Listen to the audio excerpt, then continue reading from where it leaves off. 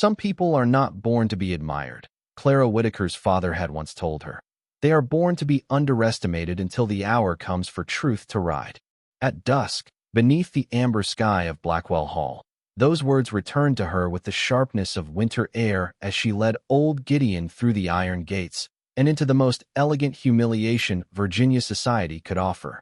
The autumn hunt had drawn every noble family within 50 miles, their carriages lined along the gravel drive, their lanterns glowing like captured stars, their horses polished until their coats shone like dark satin beneath the dying sun. Ladies in velvet riding habits watched from beneath feathered hats. Gentlemen in tailored coats rested gloved hands upon silver-mounted reins. Every creature there seemed bred for beauty, speed, and admiration. Every creature except the one Clara held by a frayed leather lead.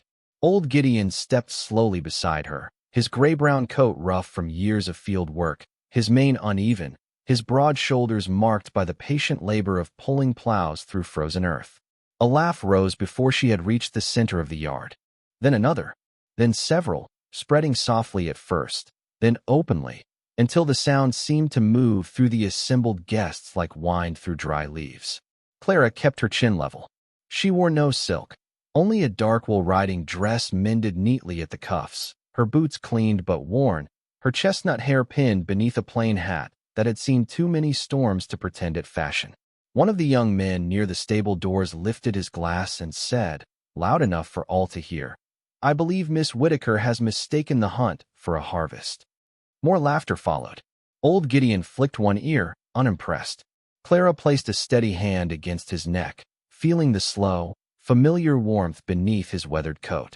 He had carried her through rain, grief, hunger, and the long silent years after her father's name had been spoken in Blackwell County with pity or contempt. He did not deserve their laughter. Neither did she. But Clara had learned that dignity was not something others handed to you. It was something you held in both hands when the world tried to knock it loose. At the top of the stone steps, Duke Adrian Blackwell stood apart from his guests, tall and still in a black riding coat that made him look almost carved from the deepening evening. His gray eyes moved from Clara's plain dress to the old horse beside her, and the corner of his mouth lifted. It was not a full smile. It was worse. A small, elegant smirk, cold enough to make the yard fall quiet. "You brought a plow horse to a noble race?" he asked, his voice smooth, controlled, and edged with amusement. Clara felt every eye turn toward her. Lady Vanessa Caldwell, standing near the Duke in a wine-colored habit trimmed with cream braid, covered her smile with 2 fingers but failed to hide the satisfaction in her gaze. She had wanted this moment. Perhaps all of them had. A poor stable girl at Blackwell Hall, a shabby old horse, a circle of beautiful people waiting to watch both be put in their proper place. Clara's fingers tightened once on Gideon's lead, then relaxed. She looked not at Vanessa, not at the laughing gentleman, but at the Duke himself. The last light of day struck his face, revealing a man too proud to know when pride had made him blind. "No, Your Grace," Clara said quietly. Her voice did not tremble. "I brought the only horse here that remembers the dark." The words settled over the yard like the first breath before a storm. For a moment, no one laughed. Even old Gideon seemed to stand taller, his tired head lifting toward the western fields where the racecourse vanished between the trees. Adrian's smirk faded by the smallest measure, not enough for the others to notice, but enough for Clara to see. Something in him had hurt her. Something old. Something buried. Then Vanessa laughed lightly, breaking the silence as though she had cracked a thin sheet of ice. "How charming," she said. "A poetic stable girl and her ancient mule. Surely, Your Grace, we cannot deny the company such entertainment." The guest smiled again, relieved to return to cruelty dressed as amusement. Adrian did not answer at once. He studied Clara with a gaze sharper now than before, as if trying to decide whether she was foolish, proud, or dangerous in some quiet way he had not expected. Clara lowered her eyes only to stroke Gideon's neck. Beneath her palm, the old horse breathed slowly. He was not afraid. And because he was not afraid, neither would she be. Beyond the lawns, the sun touched the edge of the hills, turning the sky the color of burnished copper. The huntmaster raised the starting flag near the first gate. The noble horses stamped and tossed their heads, eager for speed and applause. Clara stepped closer to Gideon's worn saddle and placed one boot in the stirrup. The laughter began again behind her, softer this time, uncertain around the edges. She did not look back. She had not come to be admired. She had come because some truths would never walk into the light on their own. They had to be written there. Vanessa Caldwell's suggestion moved through the courtyard with the softness of perfume and the cruelty of a blade hidden beneath lace. No one called it mockery. Among people born to polished silver and inherited acres, cruelty rarely wore its true name. It arrived as amusement, as tradition, as a harmless little test for the entertainment of guests who had already eaten too well and smiled too long. "Let her ride," Vanessa said, her pale gloves resting lightly on the Duke's arm as if she had already been granted the right to stand there. Surely Blackwell Hall has room on its course for courage, even if courage comes with muddy boots. A few gentlemen chuckled. One of the older ladies lifted a pearl-handled fan to hide her mouth. Clara felt the laughter pass over her face like cold mist, but she did not lower her head. She had heard worse in the feed rooms, in the market road, in the churchyard after her father's burial, where respectable women had whispered that Samuel Whitaker had died leaving behind debt, ash, and a daughter with too much pride for her station. Pride, they called it, because dignity sounded too noble for a poor girl. Duke Adrian Blackwell remained still. His silence was measured, almost courteous, but it struck Clara more sharply than the laughter. A single word from him would have ended the game. One lifted hand, one calm command, and Vanessa's smile would have folded away like a fan at dusk. But the Duke gave no such mercy. He watched her with those gray eyes that seemed trained to weigh bloodlines, horses, land, and people by the same cold scale. Clara understood then that he would not save her from humiliation. Perhaps he believed she had invited it by appearing where she did not belong. Perhaps he believed the world was kinder when everyone stayed in the place assigned to them. She turned toward old Gideon and adjusted the worn strap beneath his jaw. The leather had been repaired twice with her own careful stitching. Her father's hands had once fastened that same bridle, broad hands darkened by sun, patient hands that had never struck a horse out of anger. Samuel Whitaker had taught her that a frightened animal remembered every harshness and every kindness. "A horse tells the truth," he would say. "It is people who learn to lie beautifully." 10 years had passed since the fire in the Old South stable, yet the scent of wet timber and smoke seemed to live somewhere at the back of Clara's memory, waking whenever the wind moved through Blackwell's lower barns. She had been 13 then, thin as a reed, standing in the rain while adults spoke above her as if grief had made her deaf. Samuel Whitaker was blamed before the last embers had cooled. Careless, they said. Reckless. Too familiar with noble property. No one asked why he had gone back into the stable after the grooms had fled. No one asked why young Adrian Blackwell had been found breathing outside beneath Samuel's coat. And no one asked what Samuel had been carrying in his hand when he did not come back out. Clara had asked. She had asked for years. The answers had vanished into locked rooms, sealed ledgers, and the soft, practiced voices of people powerful enough to bury the past without touching a shovel. Old Gideon shifted beside her, his rough shoulder brushing her arm. He had survived that night as well, though no one at Blackwell Hall remembered. To them, he was only an old field horse with tired knees and a dull coat. To Clara, he was the last living witness who could not speak. Vanessa stepped closer, her riding skirt whispering over the gravel. "Do you accept, Miss Whitaker? Or shall we send someone to fetch a cart more suitable to your companion?" The circle waited. Clara looked once toward the Duke. Adrian's expression revealed nothing, but the line of his jaw had tightened, as though some distant memory had brushed against him and been refused entry. Clara placed her hand on the saddle and mounted with quiet ease. No flourish, no hesitation. Only the simple grace of a woman who had climbed onto horses before she had learned to curtsy. Old Gideon stood steady beneath her. A ripple of surprise passed through the stable boys near the gate. They knew balance when they saw it. Clara gathered the reins, feeling the old familiar weight settle into her palms. "I accept," she said. Vanessa's smile brightened, but her eyes sharpened. How brave. Clara looked toward the course where the first mile curved past the orchard, then dipped toward the darkening line of trees. The sun was sinking fast. The shadows were lengthening.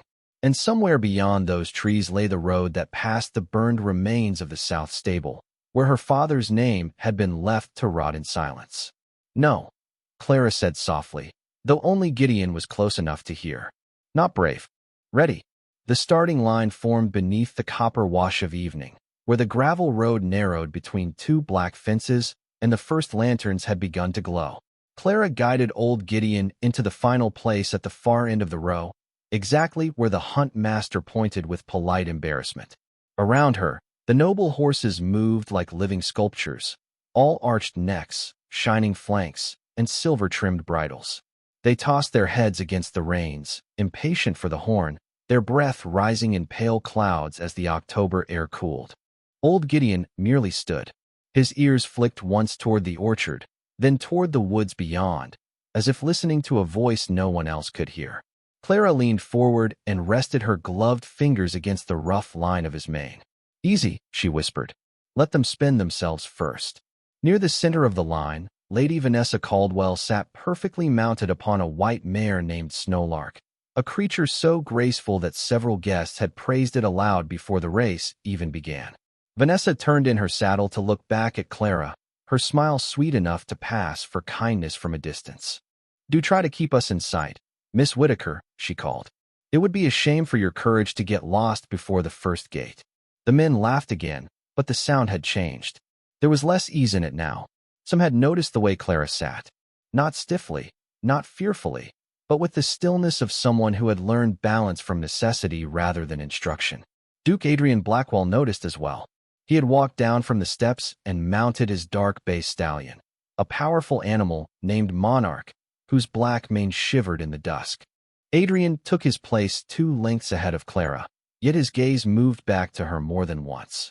He told himself he was studying a curiosity, a stable girl who spoke in riddles, an old horse that did not tremble among finer blood. But beneath that explanation lay something far less comfortable. The south stable, the smell of rain on scorched wood, a man's coat around his shoulders, a voice telling him not to move. The memory came so suddenly that Adrian tightened his reins, and Monarch sidestepped beneath him. Vanessa saw the motion and smiled as though she had caused it. She had no patience for ghosts. To her, the evening was simple. Clara Whitaker would be laughed off the course, the guests would be entertained, and the Duke would remember the difference between a woman fit for his name and a girl fit for his barns. What Vanessa did not understand was that humiliation, when placed upon the wrong soul, could become a lantern. It could reveal what cruelty meant to hide. The huntmaster lifted the red flag. The yard hushed. Somewhere beyond the western hills, a crow called once and vanished into the trees. Clara felt the old saddle beneath her, the worn leather shaped by years of weather and work.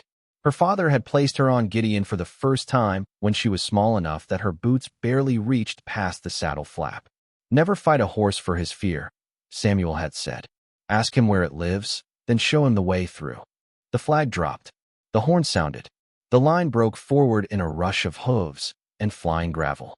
Monarch leapt ahead with the strength of a storm, Snowlark close beside him, and the rest of the field surged after them like a bright, glittering tide. Old Gideon began slowly, painfully slowly. The laughter returned at once from the watching guests as Clara fell behind before the first turn. A young rider in a green coat looked over his shoulder and grinned. "Perhaps he is waiting for a plow." Clara did not answer. She kept her hands low and light, allowing Gideon to find his rhythm rather than forcing him into theirs. The first half-mile belonged to speed. She had known it would. Let the polished horses spin their pride on the open ground. Let Vanessa hear applause in her head. Let Adrian believe the matter settled. The real course did not begin at the orchard. It began beyond it, where the manicured trail bent toward the older road, the one half swallowed by roots, fog, and memory. As they passed the first gate, Clara lifted her eyes toward the darkening trees. There, just beyond the last line of gold light, the shadowed path waited like a door left open by the past. Old Gideon saw it too. His ears came forward. His stride changed by the smallest measure. Not faster yet. Deeper. Truer. Clara bent close to his neck and breathed the words she had not spoken in 10 years. "Remember, Gideon." Beneath her, the old horse gathered himself, and the laughter behind them began to fade. By the time the riders swept past the orchard, the fine order of the race had begun to loosen. The first half-mile had been made for admiration, for bright coats and polished boots, for the kind of effortless beauty that made guests clap from a safe distance. The second mile belonged to the land itself. The trail dipped sharply beyond the last apple trees, leaving the smooth gravel of Blackwell Hall for a packed dirt road bordered by tall grass and split-rail fences. Hooves struck softer earth. Shadows gathered between the low stone walls. Ahead, the old woodland path curved toward the western ridge, where the sun had fallen low enough to turn every branch into black lace against the sky. Vanessa Caldwell still rode near the front, her white mare flashing through the dusk like a ribbon of moonlight, but Snowlark's ears had begun to twitch nervously. The mare liked applause, level ground, and hands that promised reward. She did not like the smell of wet leaves or the sudden calls of birds lifting from hidden brush. Vanessa felt the hesitation and punished it with a sharp word, though her smile remained fixed for the riders close enough to see her.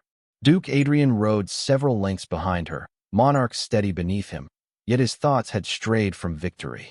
He had expected Clara Whitaker to vanish behind the field within minutes, reduced to a story the guests would repeat over supper with delicate laughter. Instead, each time the trail turned and the rear of the course came into view, there she was.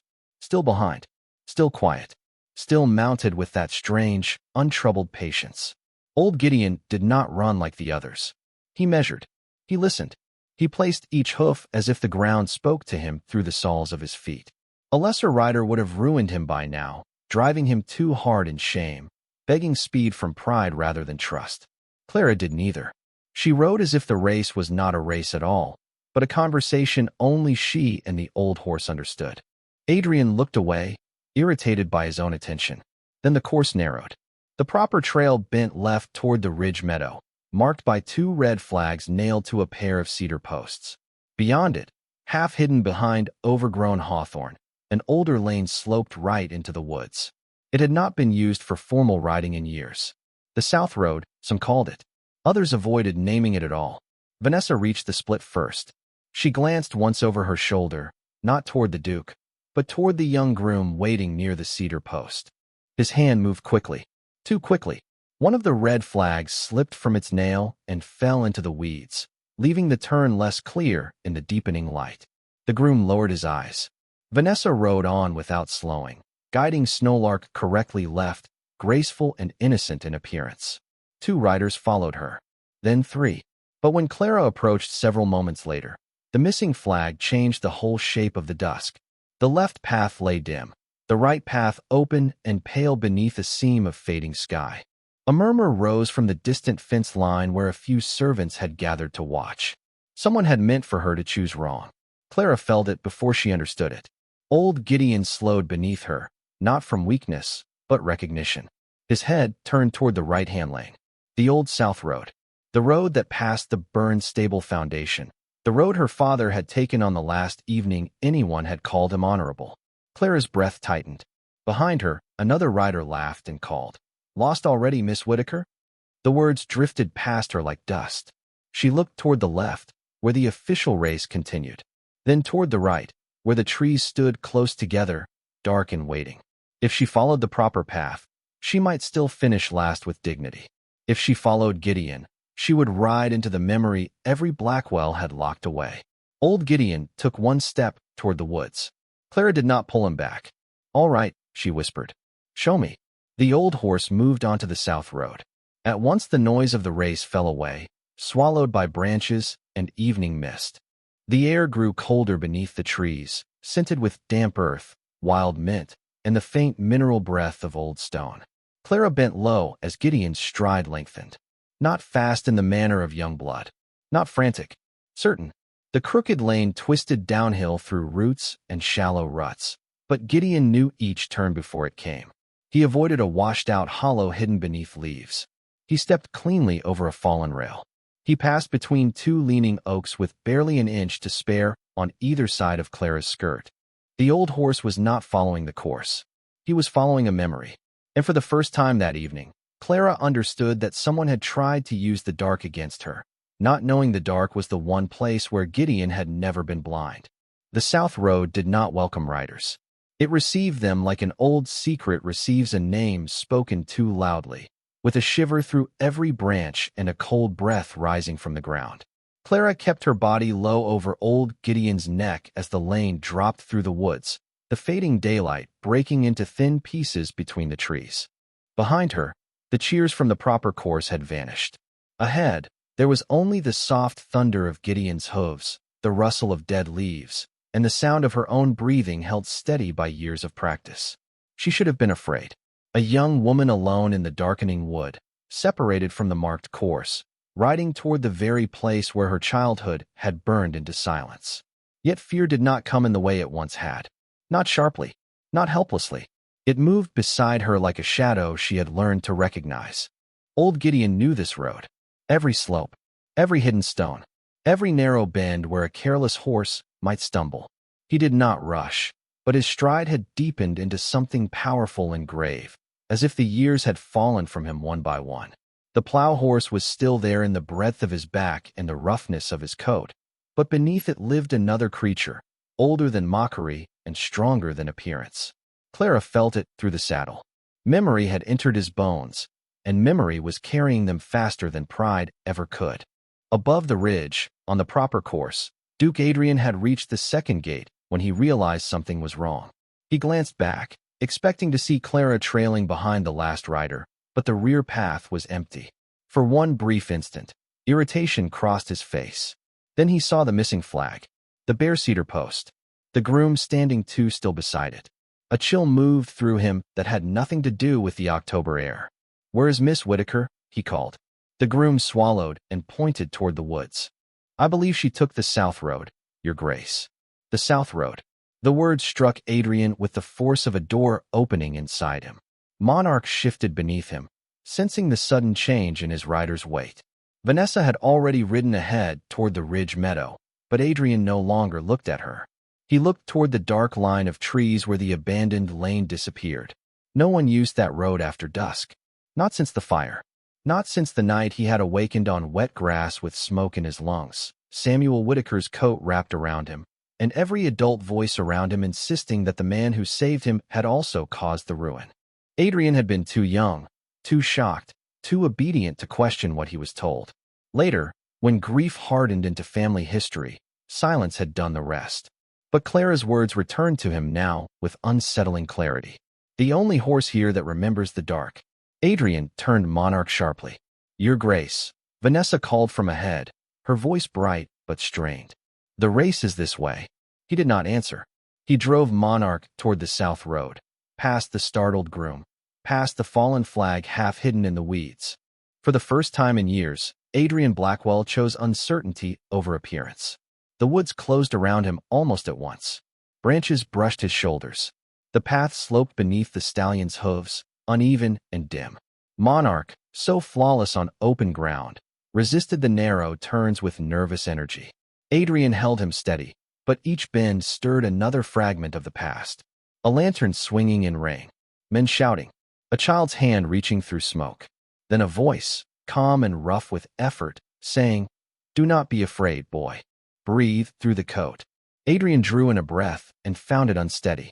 Ahead, through the trees, he caught a glimpse of Clara's dark skirt and old Gideon's broad gray form moving with impossible certainty along the old lane. She was not lost. She was being led. The realization unsettled him more than danger would have. Clara reached the lower hollow just as the last light slipped behind the hill. Before her stood the remains of the south stable foundation, half swallowed by vines and yellow grass, the stones blackened in places where weather had never fully softened them. Old Gideon slowed to a walk, his ears lowered. Clara's throat tightened. She had not stood this close to the place in years. The world seemed to hold its breath around the ruin. Then Gideon turned toward a broken stone trough near the edge of the trees and stopped. Clara slid from the saddle, landing softly in the leaves. "What is it?" she whispered. The old horse nudged the ground beside the trough, once, then again. Clara knelt, brushing away damp leaves with trembling fingers. Beneath them, something dull caught the last gray light. A small metal crest, blackened at the edges, bearing the mark of Blackwell. Her heart struck hard against her ribs. This was no accident of memory. This was what her father had carried out of the fire. This was what someone had let disappear. Behind her, A horse approached through the trees. Clara rose quickly, the crest closed in her palm. Duke Adrian emerged from the dusk, his face pale beneath the shadow of his hat. For a moment, neither spoke. Between them stood old Gideon, breathing slowly beside the ruin, as if the old horse had finally brought both the wounded and the witness back to the place where truth had waited 10 years in the dark. The silence between Clara and Duke Adrian seemed to deepen with the dusk, gathering in the broken stones, in the weeds pushing through the old foundation, in the slow breath of the horse that had led them there. Clara stood with the blackened crest closed inside her palm, feeling its sharp edge press through her glove. For 10 years, she had imagined truth as something bright, something that would arrive like morning and make every cruel whisper fall silent. But now that a piece of it rested in her hand, truth felt heavy, cold, and terribly small. Adrian dismounted a few yards away, his boots sinking into the damp leaves. He did not approach at once. His gray eyes moved over the ruin with a look Clara had not seen on him before. Not pride, not amusement, recognition, the kind that frightened a man because it came from within. "Why did you come here?" he asked, but the question lacked command. Clara looked at old Gideon. The horse had lowered his head near the trough, his ears soft, his body still as if he had completed a duty long unfinished. "I did not choose the road," she said. "He did." Adrian's gaze shifted to the old horse, and for the first time he looked at Gideon without contempt. The creature was mud-marked, rough-coated, and breathing hard from the ride, yet there was no foolishness in him, no weakness. He stood in the ruin like a witness who had waited patiently for the court to assemble. Clara opened her hand. The blackened metal crest lay against her glove, marked by heat, age, and the unmistakable emblem of the Blackwell family. Adrian stared at it. The color drained slowly from his face. "Where did you find that?" "Beside the trough."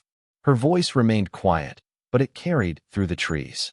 Where Gideon stopped, Adrian stepped closer, then halted as if the ground itself had warned him to be careful.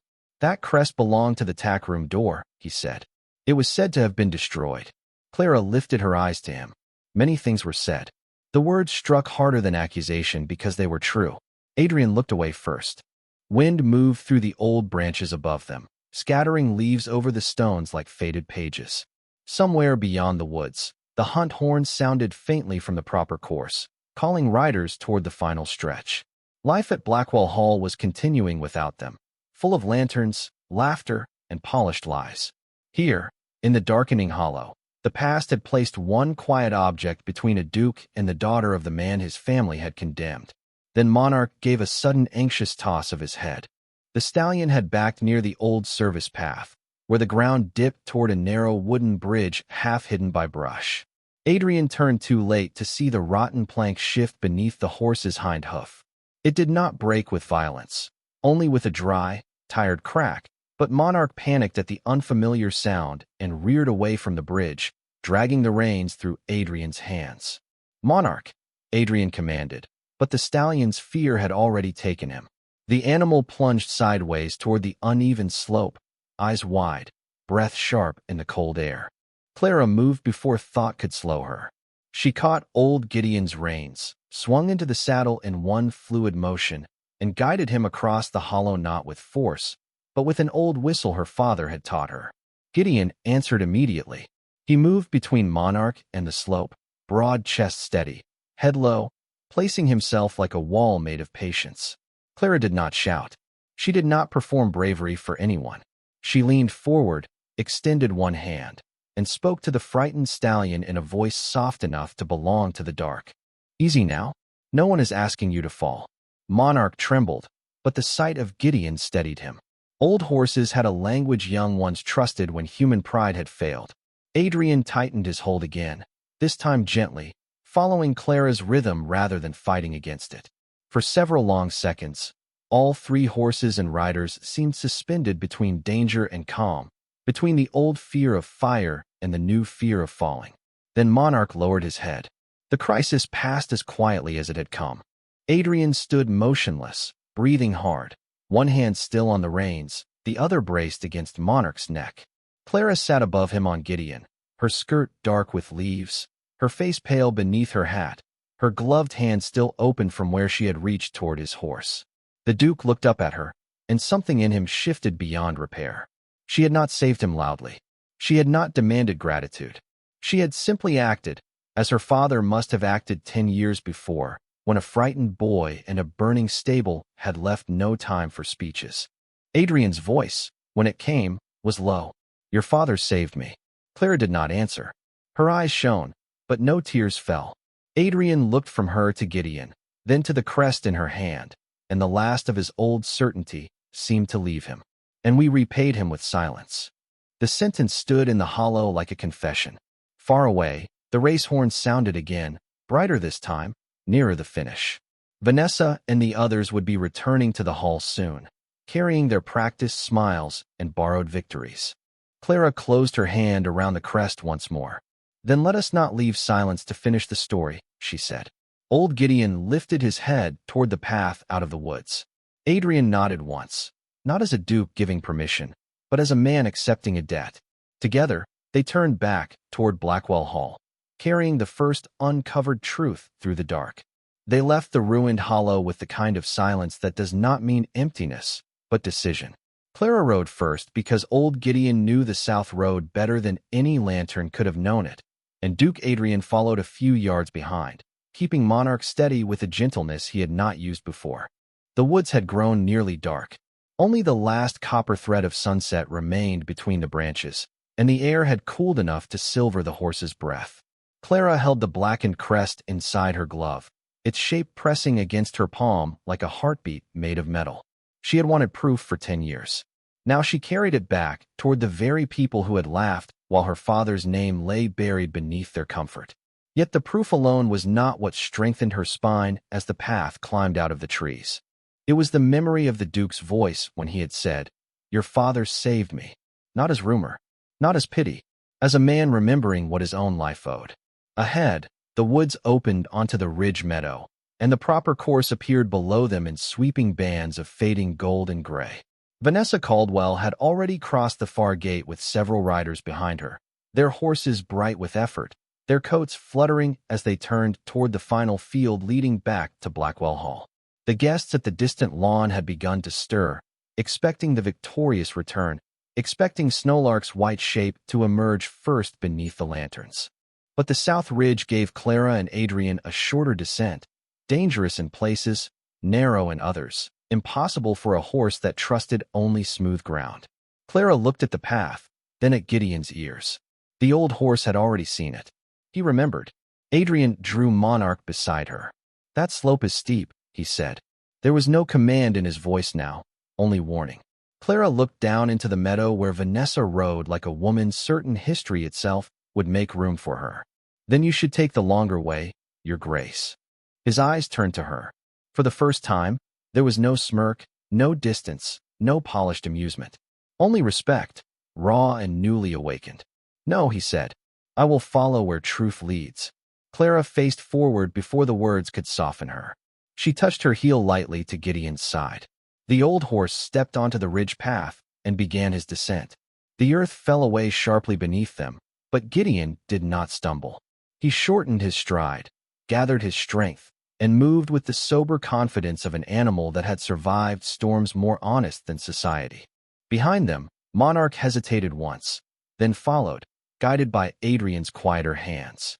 Down they went through tall grass wet with evening, past thorn bushes dark as ink, across a shallow creek that flashed silver beneath Gideon's hoofs. Clara's skirt snapped in the wind. Her hat nearly lifted, but she did not reach for it. She gave both hands to the reins, not to control the horse, but to speak with him. At the bottom of the slope, the ridge path burst into the final field just as Vanessa rounded the last marker. A shout rose from the lawn. Not applause. Surprise. Clara heard it travel across the open ground as old Gideon lengthened beneath her. The change was astonishing. The tired old field horse stretched into a stride no one had imagined lived inside him. Not the wild speed of youth, but something deeper, steadier, relentless as weather crossing a valley. Vanessa glanced back. Her smile vanished. Snowlark, sensing the sudden pressure, tossed her head and lost rhythm for 3 strides. Clara did not look at Vanessa. She looked only at the space ahead, where lanterns burned before Blackwell Hall and the finish line waited between two oak posts. Riders shouted behind her. Someone called her name. Adrian rode slightly back and to her right, not passing, not claiming, not correcting. Witnessing. That was all. And perhaps, for that moment, it was everything. Old Gideon surged past the first noble horse, then another. A bay mare faltered near the fence. A chestnut gelding drifted wide. The old horse held the center as if the earth itself recognized him. Vanessa urged Snowlark harder, but the mare had spent too much pride too early. Clara felt no triumph in that. Only a quiet, fierce ache. This was not about beating Vanessa. It was about returning with proof in her hand and dignity still unbroken in her chest. The final yards opened before her. The guests stood frozen beneath the lanterns, faces pale ovals in the dusk. They had expected a joke to come limping home. Instead, they saw Clara Whitaker riding out of the dark on the horse they had mocked, with the Duke of Blackwell following behind her like a man who had discovered his place was not in front of truth, but beside it. Old Gideon crossed the finish line first. No one cheered. For one long breath, the entire lawn remained silent. The silence was not empty either. It was shame learning how to stand. The silence after Clara crossed the finish line lasted longer than applause would have. It spread across the lawn, up the stone steps, beneath the striped awnings, and into every face that had laughed less than an hour before. Lantern light trembled along the polished harnesses and silver cups, touching the pearls at women's throats and the gold buttons on men's coats, making everything look expensive and suddenly fragile. Clara drew old Gideon to a walk. The old horse's sides moved with deep effort, but his head remained high, his ears forward, as though he knew the shape of the moment better than any person standing there. Vanessa Caldwell arrived several lengths later, Snowlark lathered and restless beneath her. She pulled up sharply, her cheeks bright with anger she tried to disguise as amusement. "Well," she said, her voice ringing too clearly in the hush. "It seems Miss Whitaker found a shortcut through forbidden ground. How clever of her to win by wandering where decent riders do not go." A few guests shifted, eager for someone else to decide what they were allowed to think. Clara remained seated, one hand resting against Gideon's damp neck, the other closed around the crest inside her glove. She had imagined this return so many times in lonely rooms, imagined shouting, imagined accusing, imagined the great satisfaction of making the powerful flinch. But standing there beneath the lanterns, she felt none of the fire she had expected. Only steadiness. Only sorrow sharpened into purpose. Duke Adrian rode in behind her and dismounted before anyone could answer Vanessa. His boots struck the gravel with a sound that seemed to wake the whole gathering. He walked to Clara's side, not to command her, not to shield her as though she were weak, but to stand where all could see that he had chosen to hear her. Vanessa's smile tightened. "Adrian, surely you do not mean to honor this farce." He looked at her then, and whatever warmth society had taught him to display vanished from his face. "No," he said, "I mean to end one." He turned to the crowd. 10 years ago, Samuel Whitaker was blamed for the South Stable fire.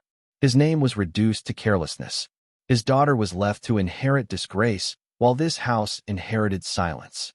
A murmur moved through the guests. Clara opened her hand and held out the blackened crest. Adrian took it with care, as one might take an object from a grave. He lifted it beneath the lantern light.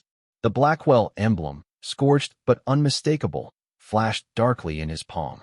"This was found tonight at the old foundation," he said. "It belonged to the inner tackroom door. It should have remained there unless someone removed it before the fire was fully spent."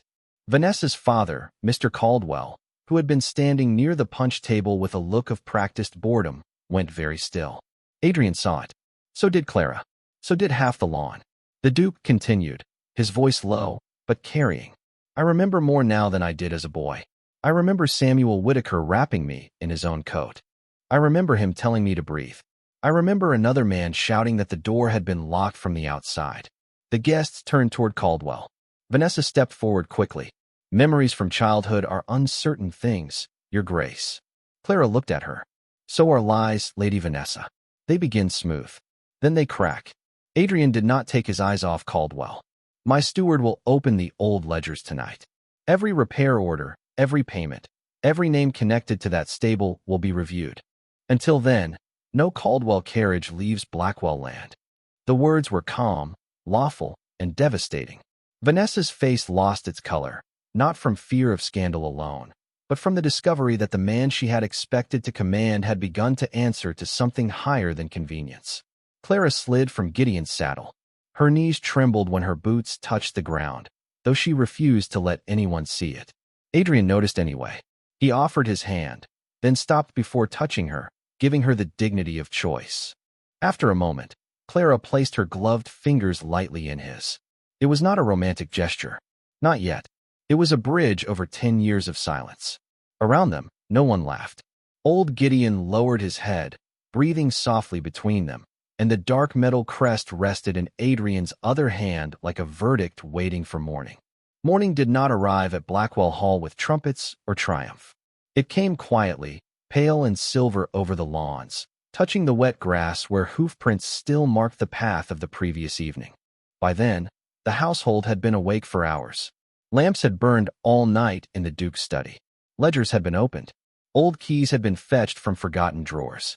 Men who had spent 10 years believing silence was safer than truth found themselves answering questions beneath Adrian Blackwell's steady gaze.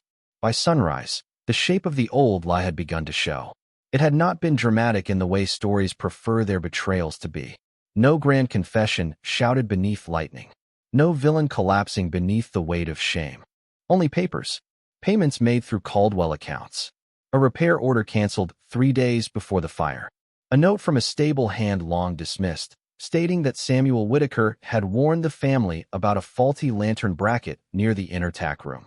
A warning ignored because replacing it would have delayed a hunt arranged to impress investors from Richmond. Clara stood in the lower yard beside old Gideon while the findings were read aloud before the gathered household and guests. She wore the same dark riding dress, brushed clean as best as possible, though a faint line of mud remained near the hem like proof that dignity did not need to be spotless. Her face was calm. Too calm, some thought. They did not understand that grief held for 10 years does not always break when justice begins. Sometimes it simply stands straighter. Mr. Caldwell refused to meet anyone's eyes. Vanessa had left the lawn before dawn, claiming illness, though her carriage remained under watch near the east gate. Adrian did not use the moment to shout. His power was colder than that. He dismissed the Caldwell family from Blackwell Trust, ordered a formal inquiry into the old records, and restored Samuel Whitaker's name before every person who had once allowed it to be stained. Then he turned toward Clara. The yard seemed to grow still around them. Servants stood near the stable doors. Guests watched from the steps, subdued beneath the weight of their own memory. Adrian removed his gloves slowly, as if setting aside the last symbol of distance between himself and the woman he had misjudged. He walked to old Gideon first. That surprised them all. The Duke placed one bare hand against the old horse's neck, where the coarse winter coat rose and fell with steady breath. "You carried more truth than any of us," he said softly. Old Gideon blinked, solemn and unimpressed by titles. A faint sound moved through the stable boys, not laughter, but something like reverence trying to be quiet. Adrian then faced Clara. For a moment, she saw not the untouchable master of Blackwell Hall, not the man who had smirked beneath the evening light, but a wounded soul standing at the edge of the harm his own blindness had allowed.